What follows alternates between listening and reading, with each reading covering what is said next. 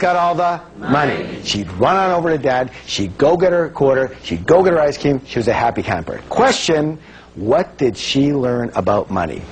Now, first, that men have all the money. So when she first got married, what do you think she expected of her husband? Yeah, it wasn't quarters anymore. Somehow she graduated, all right? What's the second thing she learned? That women what? Women don't have money. Mom, the deity, the model, didn't have any money. Therefore, the way for a good woman to be is not to have any money. And to validate that way of being, she had to do what? Get rid of any money that she had. And money, of course, was the only thing that she and her husband ever fought about. And it almost cost them their marriage. Thank goodness they used our program and completely reconditioned each of their own money blueprints. And more importantly, they learned how to create a third blueprint that worked for their relationship. And they've never had another financial disagreement since. So here's the big question. What is your current money blueprint set for? Well, how can you tell? Simple. Look at your results. Look at the fruits. That will tell you what the roots are set for. Look at the house. That will tell you what the blueprint looks like. Let me put it this way. If the temperature in the room is set for 72 degrees, chances are the thermostat is set for how much, guys? 72. Now here's where it gets interesting. Is it possible, because it's really cold outside and the windows are open, that the temperature in that room could, say, go down to 65 degrees? Yes, but what will eventually happen? That thermostat will kick in and drive that temperature right back to 72. Yes or yes? Yes. Now, is it possible, because it's very hot outside and the windows are open, that the temperature in that room could, say, get to 77 degrees? Yes, but what will eventually happen? The thermostat will kick in and drive that temperature right back to 72. Meaning that the only way to permanently, what's the word, please? Permanently change the temperature in that room is to change that what? Thermostat. And the only way to permanently change your financial life is to change your financial thermostat, otherwise known as your money blueprint. Now, when we come back, I will show you how wealthy people think very differently than most others and how to adopt those ways for you to reach your full financial potential. So stay with me.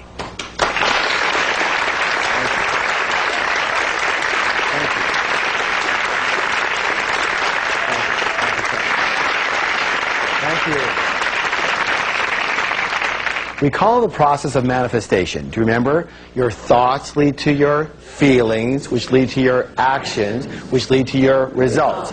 Meaning, again, it all begins with the way you think. So what we're going to do is we're going to examine some of the ways that rich and successful people think very differently than unsuccessful people, in order to consider adopting those ways of thinking and resetting our financial blueprints.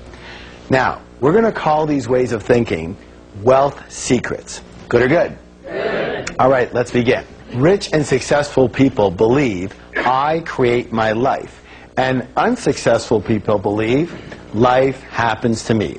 If you want to create real success, it is imperative that you believe that you are at the steering wheel of your life.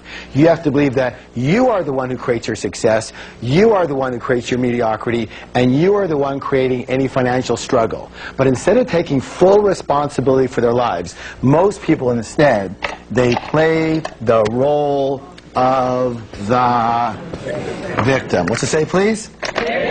Victim. Now, victims usually leave 3 indelible clues. So the first one they seem to have in common is they often do a lot of this. What's the word, please? Blame things. They blame the economy. They blame their type of business. They blame the stock market. They blame the real estate market. They blame the city they live in. They blame the taxes or the government or their employee or their employer. They blame their manager. They blame their partner. They blame their upline. They blame their downline. They blame their husband. They blame their wives, their boyfriend, their girlfriend. It's always something else. It's always someone else. And everyone wants to blame their parents for something. Or they do this. What's the word, please? Thank you. They justify their situation by saying something like, well, you know, money's not all that important. Well, let me ask you a question. If you said that your husband or your wife or your boyfriend or your girlfriend wasn't that important, would they be around for very long? I don't think so, and neither would what? Money. If you didn't think having an RV was important, would you buy one? Would you have one? Of course not. If you didn't think having a pet parrot was important, would you buy one? Would you have one? Of course not. If you don't think money's important, would you have any? Of course not. You know what? You can actually dazzle your friends with this information. Next time one of your friends comes up to you and says something like that money's not important, here's what I want you to do. I want you to put your hand on your forehead, look up to the heavens, and go, "You're broke." And they're going to go, "How did you know?" And you're going to go, "What else do you want to know? That'll be 50 bucks, please. You have a whole new business." Of course they're broke. Let me say this right now. Anybody who says money's not important doesn't have any. And of course there's going to be people who go, "Well, it's not as important as love." What's the comparison? You know, what's more important, your arm or your leg? Maybe they're both important in what they do, yes or yes? Yes. All right. Now, here's the next one. The third one is this. What's it say, please? Complain. Excellent. Complain. Let me say this right now. Complaining is the absolute worst possible thing you could do for your health or your wealth. The worst. Why? There's a universal principle that says, what you focus on expands. Would you please repeat that with me? What you focus on expands. Hey, good job. Now, when you are complaining, tell me, what are you focusing on? What's right with your life or what's wrong with your life? You're focusing on what's wrong with your life. And since what you focus on expands, now what are you going to get more of? What's right with your life or what's wrong with your life? You're going to get more of what's wrong with your life. When you are complaining, you turn into this big, giant garbage magnet.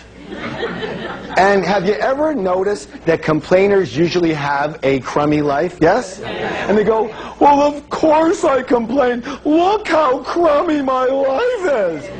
And now you know better, so you can say, "No, it's because you complain that your life is so crummy. Shut up and don't stand near me." So here are some wealth steps that will change your blueprint and change your life. First of all, no complaining for 7 full days. Not in here and not out here. Now, by the way, it has to be 7 full days. Why? Because you still might have some residual garbage coming to you from before.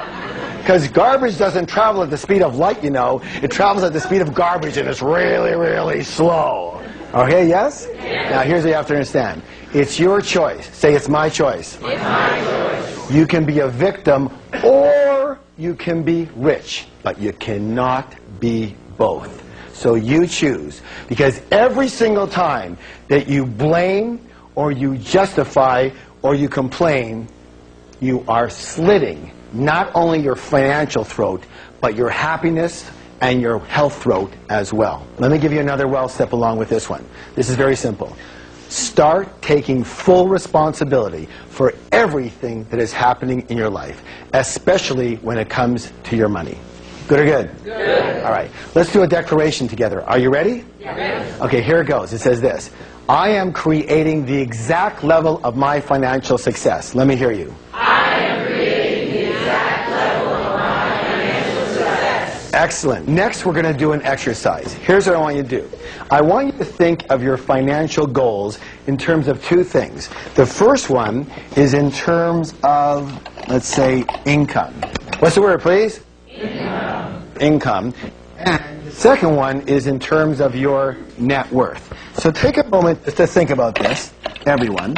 And I'm going to give you a couple examples. Let's say that one of your financial goals for income is that, you know, you want to earn, say, $100,000 a year. Not good or not bad, just say $100,000 a year. That's an example, yes? Yes. And let's say your goal for net worth might be $1 million. Is that possible? Yes. All right, good. Now, here's another wealth secret. Rich and successful people, they play the money game to win. Most other people play not to lose. Here's the thing. Most people actually play the money game on defense versus offense. In sports, let me ask you a question. Anytime you play any game strictly on defense, tell me, what are your chances of actually winning that game? Very slim and very none. And most people's primary concern is survival and security. So what is your goal? What is your true objective? What is your intention? Wealthy people's intention is to create abundance. Most broke people, their intention is to have enough to pay the bills, or just get by, or I just want to earn a decent living. And you know what?